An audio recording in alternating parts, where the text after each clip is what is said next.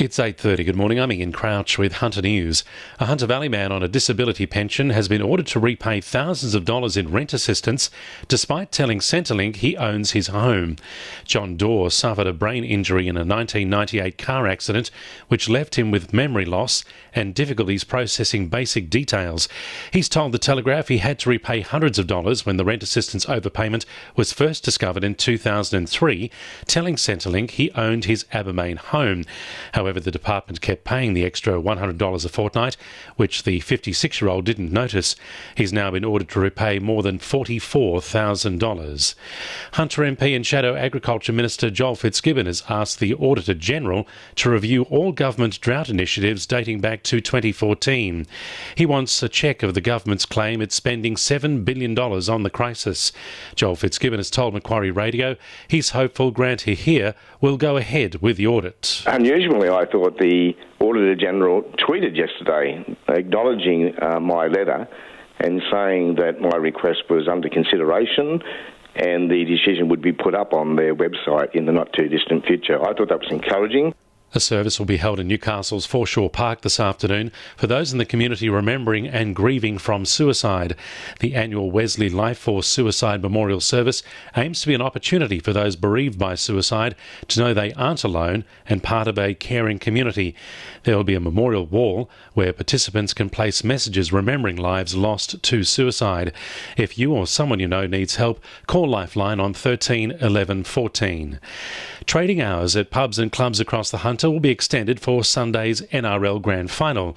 Closing times for all licensed venues will be pushed back from 10 p.m. till midnight. Acting Sports Minister Jeff Lee says it means Canberra Raiders and Sydney Roosters fans can hang out for a bit longer. It extends to all the premises that allow people to drink on premises. It will not extend to take away alcohol. For venues that are already approved to extend beyond the trading hours, they'll also have that exemption in place. Meanwhile, the Shaft Tavern at Ellamore Vale has applied to the Independent Liquor and Gaming Authority to extend its Monday to Saturday trading hours to 2 a.m. and Sundays till midnight. It comes after a proposal to extend trading hours to 4 a.m. was rejected after residents complained about the potential for noise and antisocial behaviour. The new proposal says the hotel will provide a courtesy bus for patrons after 11 p.m, extra security staff and an undertaking not to play loud music after midnight. Hunter MPs are urging the state government to include the region in the rollout of mobile phone detection cameras. 45 static and mobile cameras are due to come online in December, but the state government has yet to decide if any will come here. Wallsend MP Sonia Hornery wants the cameras deployed on the main thoroughfare from Wallsend to Newcastle. Newcastle MP Tim Crackenthorpe is also supporting the move as long as warning signs are in place. 2NURFM Sport. Newcastle Jets defender Johnny Katrumbis has been selected in the Ollie Roos squad to take part in a training camp in Doha. The 21-year-old will be pressing for a spot in the Asian Championships, which double as a qualifier for next year's Tokyo Olympics. Meanwhile, the Jets are gearing up for their final pre-season hit-out against the Young Socceroos on Saturday before they take on the Mariners in their first game of the A-League season on October 19.